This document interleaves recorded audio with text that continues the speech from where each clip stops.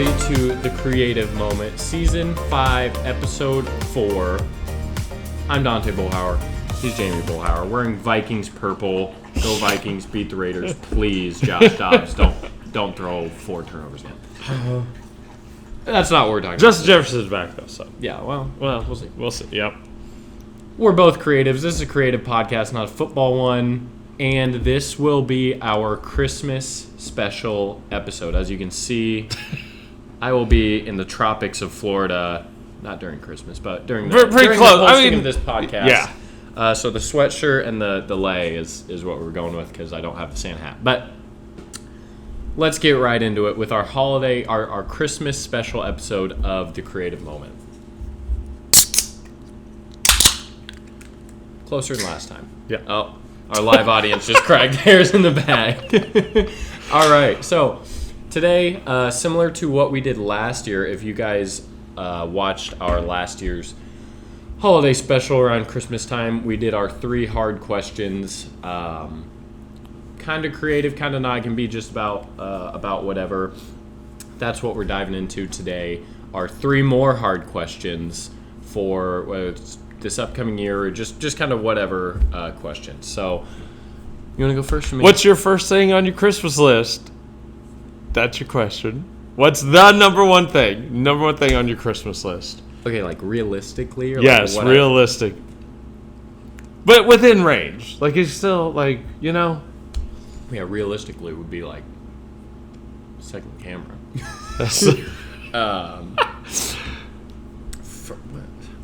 See, I always struggle with these because I don't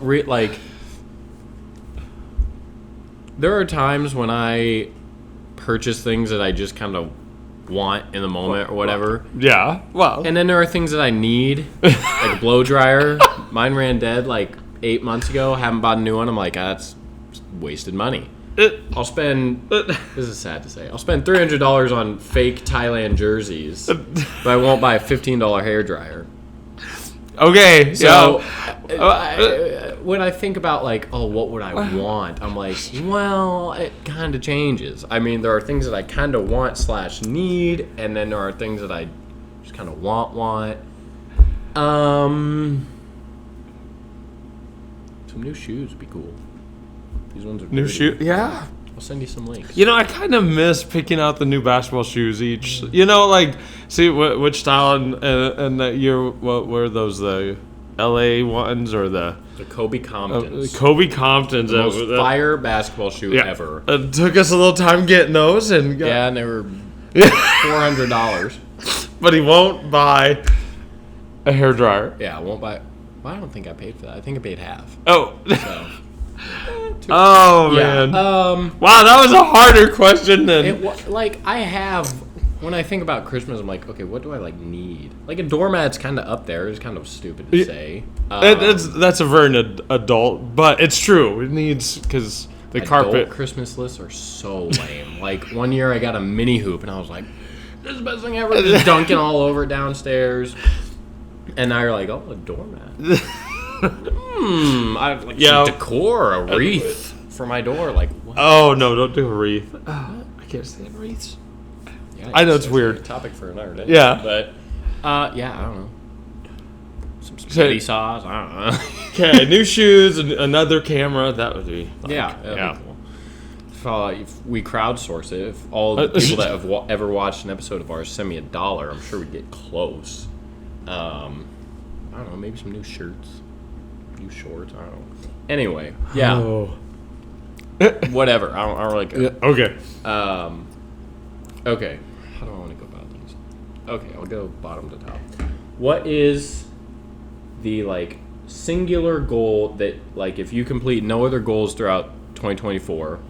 Oh man. What is the one goal that you absolutely are the most driven to accomplish? Oh, that's gonna be a tough question because we're in the it's getting close. We always have choose our word at New Year's, and so I've already been thinking in that regard, and in one way just ready for 2023 to be over. It has just not been the greatest year. So, in dealing, and see the other aspect, in education and stuff. If you're supposed to set a goal, it's supposed to be measurable, and stuff like that. And I've thought about that a little bit this year. Like, I want to sell, 1,000 copies of my new poetry book. I can measure that. I can, but that just isn't my style. Like, that's not my style when I do these things. And it sets up an abject success or failure instead of, there are times when those goals need to be kind of put in place. But yeah, I agree. Yeah. I'm very much a goal-oriented person. I want to just, like, when I get to the end of the year, if I feel like I have achieved at least most of or beyond, kind of like I said, I wanted to travel more this year. Yeah. I feel like I traveled more. Like, that's not I didn't say I want to go on 6 trips, and then if I didn't hit 6, I'm like, well, I failed. Yeah. So but I get it. If I said, okay, I'm going to sell 1,000 copies by July or something, then, I work at it. And I get that. I do get that. And yes, I could do that. But the goal of having my book published and stuff anyway isn't, I know I'm not going to be able to live off of poetry books. Like, that's not, and so it's that setting a goal like that just is I don't know. I enjoyed that goal, like when I wrote a blog post every day. That was cool. When I do April, it's a poem a month, like that. I get. So, at the end of 2024,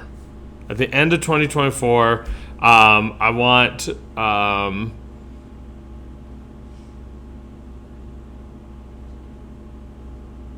to be involved in a couple of poetic events. What that means is the Nebraska is doing their tryout again to represent the Poetry Slam. So I'm gonna do that. I'm going to an author fest in February, and stuff.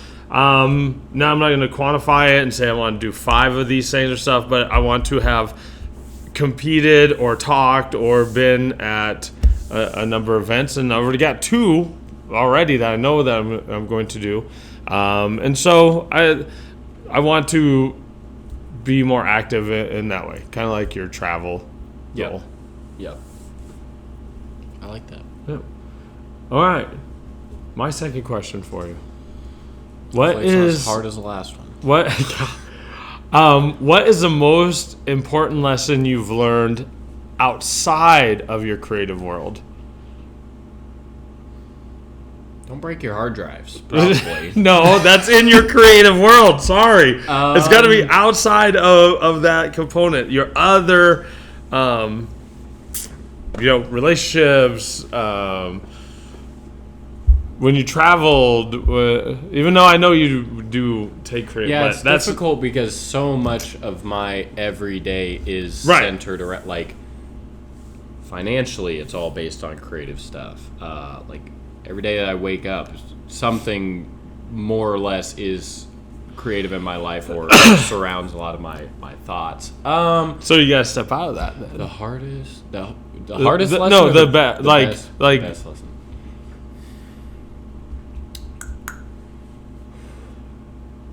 I'll lay out several and then I'll pick one. Because I feel like if I say them out loud, I'll be able to quantify. Okay. First one relates to my daughter, the dog. Just in terms of adjusting to change, I guess. Like, I talked about this in our Thanksgiving episode about the change in routine, the patience it requires, financial commitment. Just the complete shock of life-altering decisions and not even realizing the way that it's a life-altering decision until it's made. Oh, yeah, that's true. And that hits a lot of people, lots of different ways. Like, like you can research it and all this, and they say, like, you can read a blog that says it's a life-changing experience, and you're like, okay, it's a dog. Yeah. And it just, like, completely ruins your whole March because you take her out every 10 minutes. You can't do anything else. So that's up there.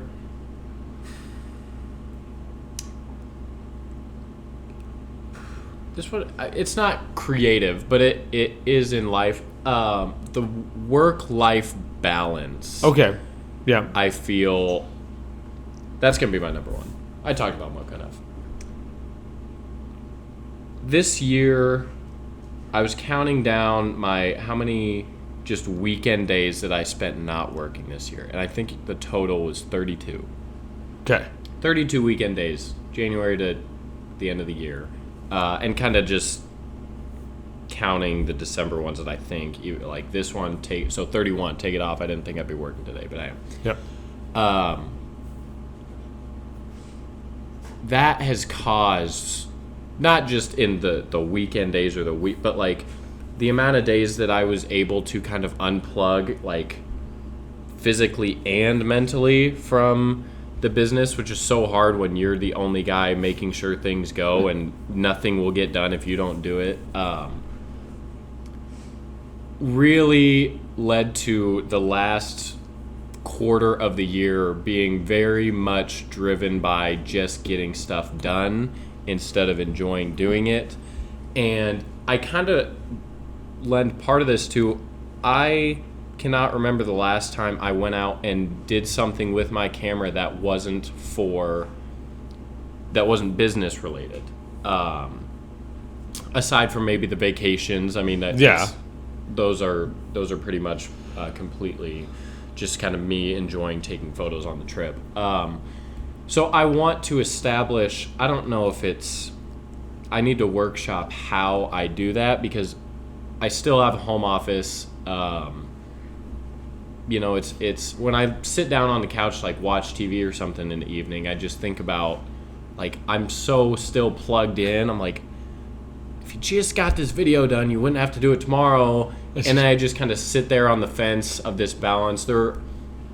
It led to a lot of burnout through the last quarter of the year, and it really put a kind of, along with the terrible business catastrophes that happened, it really put a damper on my work. I would dread going there I'd be like, just get it done, then you can go home. Just get it done as quick as you can. And that is not how I want my business to operate, and it's only been 2 years being in it, and I feel like I'm already just so overworked from it. I need to figure out a way to establish more of an ability to feel unplugged from it.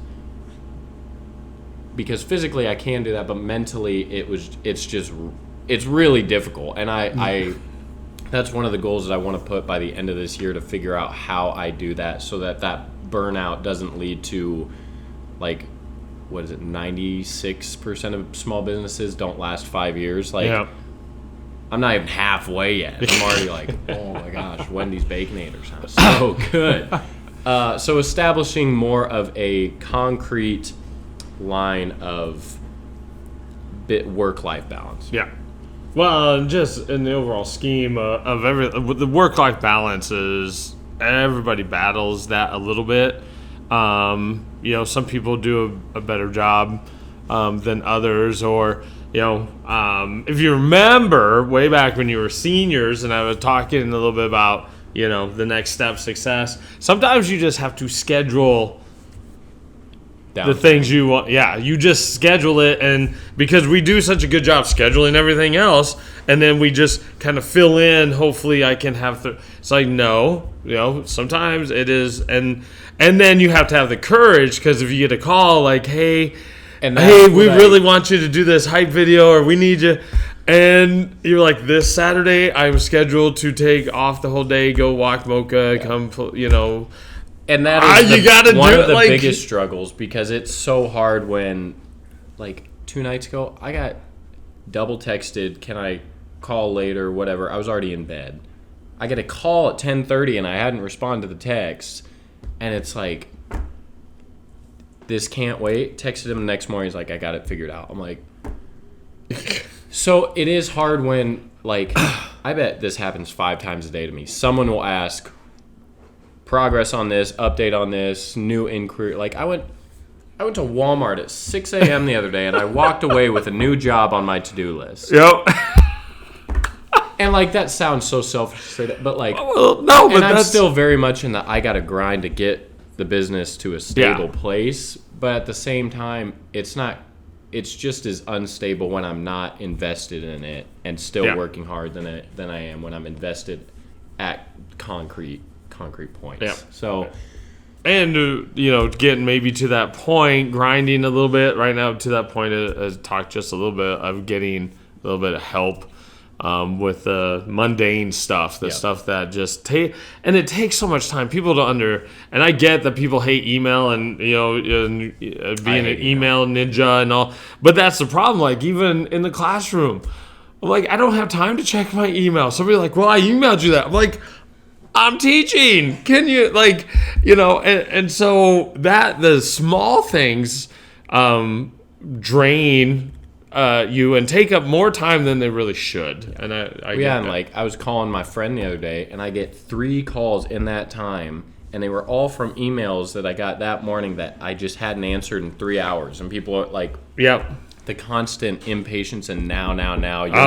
I should be your only client, your highest priority client. Just it's hard. Yeah. Yeah. Okay. That was a little rant. Sorry about that. Okay. See, my second one was the biggest lesson you've learned, but I feel like that's cop-out now. I'll just do the other one, and I'll think about it. No, I'll do I'll do that one because this, and this one's outside of the creative aspect. Is obviously it's not totally learned, but more reinforced. And actually kind of talked about this on the podcast on Wednesday with Dr. Ingram because I read some of the poems about grandma. So the personal losses that we've gone through, mom losing her mom and me losing my mom and stuff, and the dominoes of that. It's all. I guess simply put, it's a cliche that you shouldn't take your time for granted in your relationships and stuff. And there's songs, there's, but not many people actually try to honestly live that way every day. And I've been trying to do that a little bit more. It actually has been difficult in the sense because then I observe the world around me and how much people get so uptight about really insignificant things. Or, as a teacher in the classroom, sometimes it's like, you guys are taking this for granted. This high school experience, it does not last. Hey, it does. I know, I get it. It feels like school is forever. But boy, as soon as it's gone, it's gone. Yeah, and every time you open the mailbox, you have a bill. Yeah. Every time I open it, it's either a check or a bill. And I'm like, it's like a game of Russian roulette where you open it up, you're like, that's a utility bill. And that odd drive of having a new doormat, because it would just be better for the house. It's a little like adrenaline. Yeah. So that aspect, and not to be downer and stuff, but I also know even at 52, yes, I've got a lot of, but I've lived more than if we just do the national average than what I've got left. And I've got some poems about that and blog posts. But limited podcasts left here, folks. Yeah. Jump on the bandwagon now before it's just me. Yeah. And so I'm just, and to a degree, getting the book done in 1 month in October and doing that has actually done some really cool things. That's why I'm going to the Author Fest, because of my book and some stuff like that. So it leads to more opportunities and chances to be a poet and an author. And the other weekend we ran to Blue Hill to deliver a couple copies of my book and of my fiction book, and we had a little small adventure because the town was having a Christmas bazaar, and like that because I'm choosing, okay, I need to take this day. I'm not going to take it for granted. It has made a difference. Yeah, and like the reasons that we take that time for granted is because we do look at all the time we have left. We're like, there'll be all the, like, I have some TikToks about this. A TikTok. Where we look at all the time we have left and we're like, okay, well, there'll be so much more to do then, like, but today it's not. and technically, no, today in the big picture doesn't super matter, but the whole like cliche of being where your feet are and understanding that the only thing you have right now is right now. You have no idea what tomorrow looks like, day before, like your life can change so fast. There can be so many different and then you'll go back and wish you had done more with that day, with that boring day, or wish you had even enjoyed that boring day just for being what it is. And so it is something you do have to constantly remind yourself, because it's so easy to just take an hour for granted, take a day for granted, all that, take a walk that you do every day. Oh, it's just another walk. Having to actively feel present in that moment is something that takes constant effort. Yeah.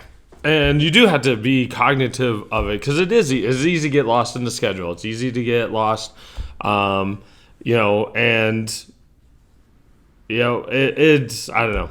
I'm just trying to do it better. Yeah. So. Yeah. And when there's... Okay, go ahead. No. All right. So, third one. Okay. All right. May still not be as hard as the first one. I'm still not sold on the doormat, by the way. Oh, okay, yeah. But I would like one, though. I would like... I wouldn't know. be a bad person. All right. What creative grand goal do you have now? Grand. Like that big one. Because doesn't Peter McKinnon talk about that one? That idea too? Or is that, maybe that was a different... Anyway, because he showed me lots of it. But having that big, or maybe it's a book I recommended. Anyway, I thought, but what is it now? Now that you're... Big, it's great, bud. The big. If I'm going biggest. Yep, the grand. I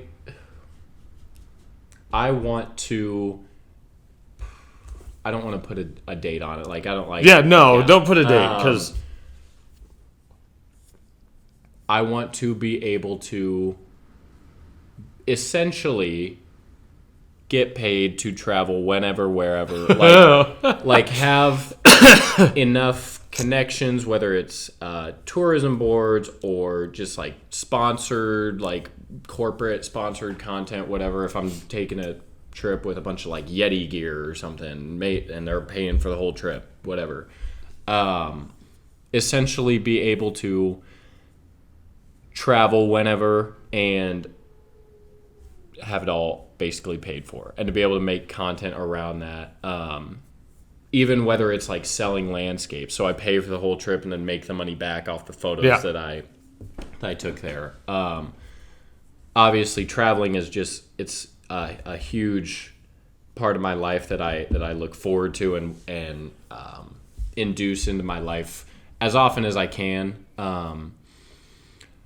There are times I think about fame and stuff. That's kind of a big goal-ish, but I don't think of it so much as fame as I do. So kind of lead into my question for you, but impacting people, it brings real joy to me. I just had a meeting with a senior in high school that he was super enthralled by kind of my story. He was getting interested in this stuff too, and those one-on-one conversations I really enjoy, because I am directly impacting them. Yeah. I enjoy doing speeches for people, and I do different types of speeches, but it's a little different when it's a bunch of people. I have no idea if I can hit one person. That's there. teaching. Yeah. So that's a little different. I still really enjoy that. So, but that's not as like. I don't feel like that would fulfill me as much as travel would, and then just like. Traveling's expensive. It's only getting more expensive. Like plane tickets. Are you kidding me? Don't tell me it costs that much for me to sit on this stupid plane. But like if I could live that sort of life where I could just kind of travel and like most of my jobs were just going outside of the state or whatever, that is like the dream job for me. And see, and I understand. I like that. Doesn't surprise me. And to a degree, I also know it's not about the money. You know, even though because I think it's the drive is like I said, influence, appreciation of your talents, and the chance to inspire and do. Some things without having to worry, you know? Yeah. And so, being sponsored and like do those things and you having the trip paid for. See, it's not me. It's like, see, like, okay, here, we got your ticket. We got it here. All right. Can you go do your thing? Go do your thing. Like, and then you got because at the end of the day, I think lots of creatives also have that. It's not that we want to be billionaires or anything like that. It's we want our talents to be appreciated. And financial aspects are a part of it. That's just part of our culture a little bit. But to know that somebody saw your painting and went, oh my gosh, that's so cool. I want to try that. Like, at the end of the day, I do believe deep down that's what actually drives them, besides the process, the joy of the process and stuff. So. Yeah, and I think the monetary part of it is, like, it frees up your time. Like, if you don't have to spend 9 to 5 of the job and then do your creative endeavors. That's the whole point of kind of the monetize your passion thing, is so you can spend more time doing what you love without having to worry and to having the stress, that stuff that influences your creative output. It does. Like, when you had the 9 to 5 a little bit at the beginning, and it was 8 to 12, 12 to 5. It was 5 to 8, 8 to 12, 12 to 5. And you were. I just remember it's like. I'm just tired. Like, that's what a job does. Like, it's hard at the beginning for new creatives. Yeah. Okay, my third one. It's a big one. Okay. So, would you rather? Oh, all right, Or kind of a threshold type gauge, I guess, if you will. So we just kind of talked about the impact money thing. This question ties directly into it. Would you rather have make, I don't know, 10,000 a month, 20,000 a month through poetry, whatever.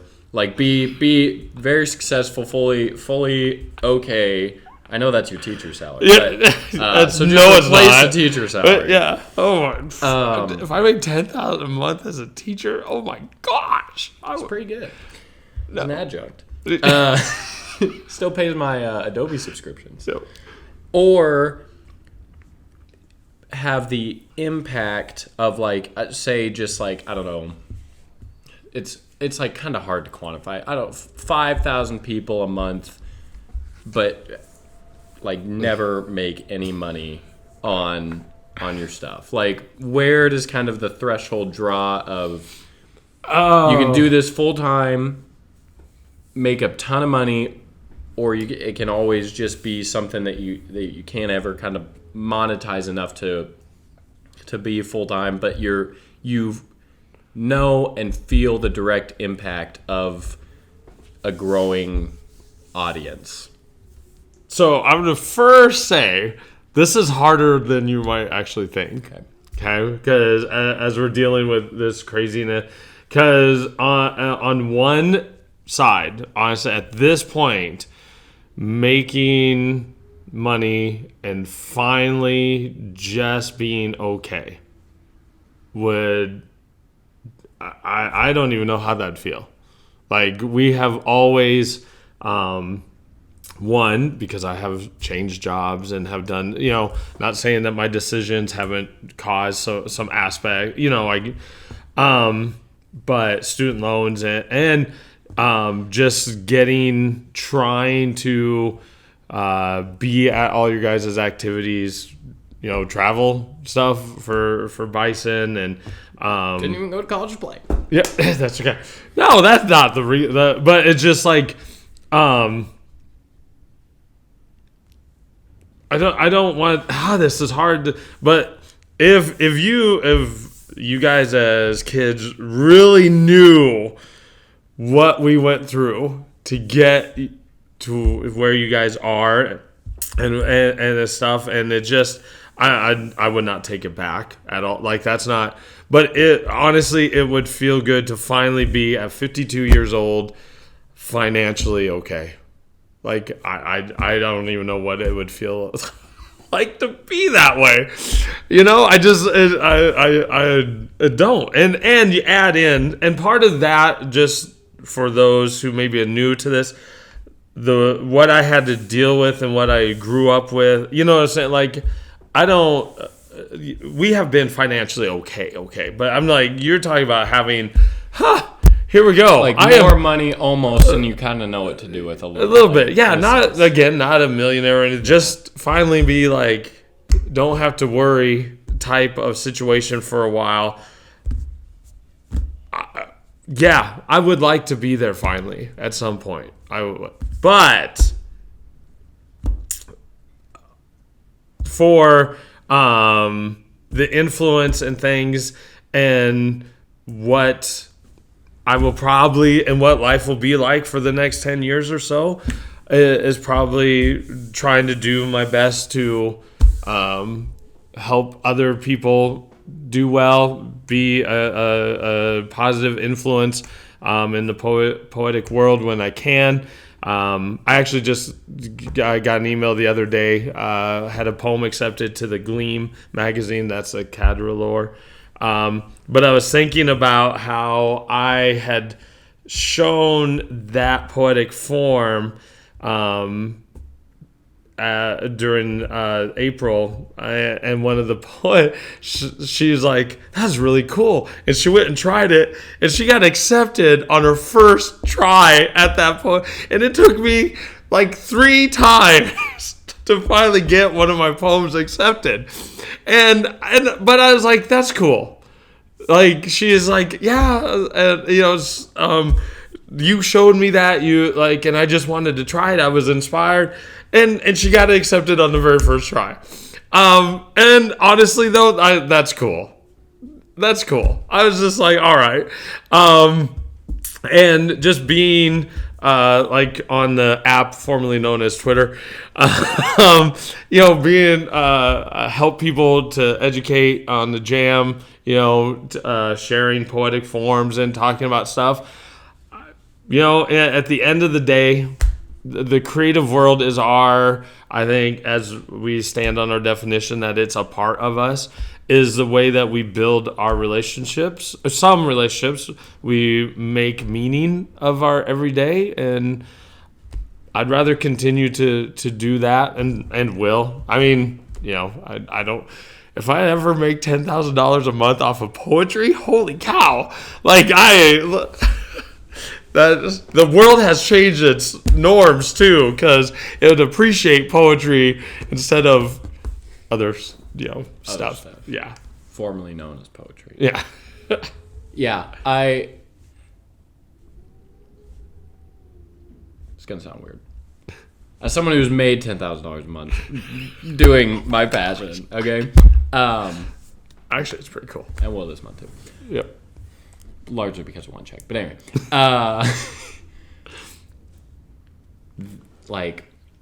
I'll rewind a bit. So the day that my last day doing the whole 9 to 5 thing, I stood in my apartment. It was noon, so I It was just the last job that I had to do. I finished it, exported, delivered. It was like noon or something. I had just eaten lunch. I put on one of my favorite songs, and I just like danced to my apartment downtown for like the entirety of the song. I'm like, yep. You're good, dude. Like, I've been there. shit. Yep. You're good. I'm like, you're just Don. You're just Don from Don Bowl Media. Yep. And in that sense of making the decision, too. Yeah. Like, that's it. This is where I'm going. Yeah. And then, like, I got a little scared after that evening. I was like, oh, crap. You're just Don now. You got to do it. Like, there's no going back now. You can't ask for your job back tomorrow. And then seeing how it unfolds, it really, part of the being where your feet are thing, it really just kind of happens so fast, like, almost too fast to appreciate, and I need to do a better job of that this year as well.